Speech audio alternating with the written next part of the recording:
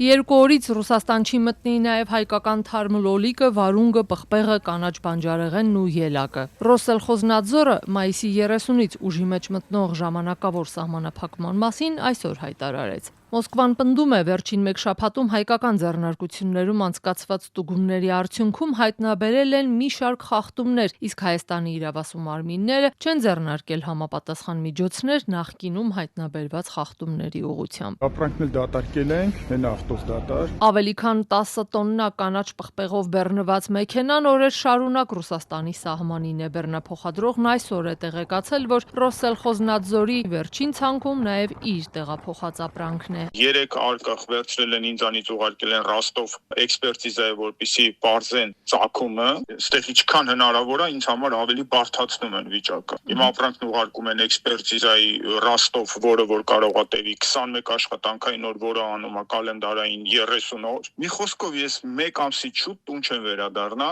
Մինչև այսօր ռուսական կողմը սահմանափակել է հայկական ծաղիկների ներմուծումը, ջերմուկ հանքային ջրի եւ մի քանի ընկերությունների ալկոհոլային խմիչքի վաճառքը։ Ռոսելխոզնադզորի այսօրվա ցուցակում է նաև ելակը։ Հայաստանում ելակ աճեցնող ու արտահանող ընկերություններից մեկի տնօրենը չձայնագրվելու պայմանով ասաց՝ կսպասեն մինչև հունիսի 7-ը կայանալիք ազգային ժողովի ընտրությունները, հետո կհասկանան ինչ անել, իսկ մինչև այդ ապրանքը կտանեն Արաբական Միացյալ Էմիրություններ։ Ծաղիկ աճեցնող հայկական ամենամեծ ընկերություններից մեկի սեփականատերը, որ նույնպես հրաժարվեց հարցազրույցից, կրկին չձայնագրվելու պայմանով ասաց՝ ծաղիկները հիմա թափում են, որովհետև ծավալն այնքան մեծ է, որ տեղական շուկայում անհնար է սպառել։ Պնդեց, իրենց աճեցրած ծաղիկի որակն անգերազանցելի է, Ռուսաստանում այդ որակի ծաղիկ չկա։ Էկոնոմիկայի նախարար Գևորգ Պապոյանը նույնն է պնդում նաև մի շարք այլ ապրանքների մասով, ավելին ասում է դիմել է Բրյուսելին, որ Հայաստանում աճեցված վարդերը եվրոպական շուկա հասնեն։ Առաջարկել եմ եվրոպական գործընկերներին,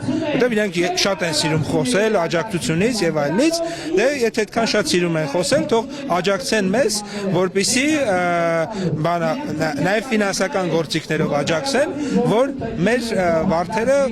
վաճառվեն եվրոպական շուկա։ Արձագանք կա, պարոն Պապոյան։ Ինչ է։ Արձագանք։ Նոր ենք քննարկել, արձագանք կա, այո։ Ասել են հաշվարկներ տվեք, հաշվարկներն էլ տվել են։ Կանաչ պղպեղ տեղափոխող բեռնափոխադրողը պնդում է, ինքն ու գործընկերները նույն արտադրողի ապրանքն էին փորձում ռուսական շուկա տանել։ Հայաստանում ստացել են ֆիտոսանիտարական ստուգում, ըստ որի պղպեղը բարձր որակ ունի, բայց դա ռուսական կողմին չի հետաքրքրել։ Հայտնվել եմ ցուցակի մեջ զնման, դասմոտոր ասվածը, ամբողջ բեռը պետք է բեռնաթափեն, կշռեն, հետ բարձեն։ Մի հատ էլ այդտեղ դե ոնց ուզում է լինի, կշերքի խախտում անպայման կգտնվի, թեկուզ 50 կիլո անպայման կգտնվի։ Մի հատ էլ այդտեղ կտուկանվեմ։ Մոտ 30 օր ես դեռ մնալու եմ Լարսում, ու այս ապրանքը չգիտեմ, այս ապրանքը երևի արդեն թափելու ապրանք կլինի։ Մինչ այս եւ մի քանի այլ բեռնափոխադրողներ պնդում են, որ հայկական կողմը պաշտոնապես հաստատել է իրենց ապրանքի բարձր որակը, վարչապետ Փաշինյանը հորդորում է տնտեսվարողներին անորակ ապրանք չտանել ոչ մի երկիր։ Ցանկացած ապրանք, որ ստանդարտից դուրս է, մենք չենք պատրաստվում մեր ինքնիշխանության հաշվին ստանդարտներին չհամապատասխանող ապրանքներ արտահանմամբ աջակցել։ Մենք պատրաստվում ենք աջակցել բոլոր այն արտադրողներին, ովքեր ստանդարտներին համապատասխան արտադրանք են արտադրում։ Իսկ ստանդարտներին համապատասխան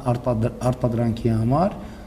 7 միլիարդանոց շուկա կա աշխարհում, եւ այդ բոլոր շուկաները այսօր բաց են Հայաստանի Հանրապետության համար։ Խնդիրը թող ապրանքի որակով չպայմանավորեն, արձագանքում են վարորդներն ու հակադարձում։ Վարչապետը չգիտի, որ Ռուսաստանն այսպես Հայաստանին զգուշացնում է չգնալ դեպի Եվրամիություն։ Հակառակ դեպքում ռուսական շուկան բոլոր ապրանքների համար կփակվի։ Անանուն մնալու պայմանով վարորդներից մեկն Ազատությանը պատմեց 2 օր առաջ Հայաստանից փողկապավոր մարդիկ էին գնացել իրենց հետ խոսելու, հարցուփորձ են արելու առանց հստակ պատասխանների հեռացել։ Տաման եղել են 5 հոգի, եկել են հենց տամոժնում, չեն էլի չէ ներքև չմիում, մոտեցել են վարորդներին, վարորդները ասել են եկել են իջա վիճակը, իրանք էլ ասել են եկել են, որ տենանք ընտրակի կարգով ինչ կարող կանենք, ասել են ժամի 5-ին նորից կանչել են, նրանք տենանք ինչ են ասում, գան տես կասնենք, ոչ մի ռեալ ոչ բան են ասել, ոչ էլ ասել են ինչ կլինի, ոնց կլինի։ Ռուսաստանից գրեթե ամենօրյա ռեժիմով են արդեն տարբեր պաշտոնյաներ Հայաստանին զգուշացնում, որ անհնար է ԵԱՏՄ-ում մնալով հարաբերությունները խորացնել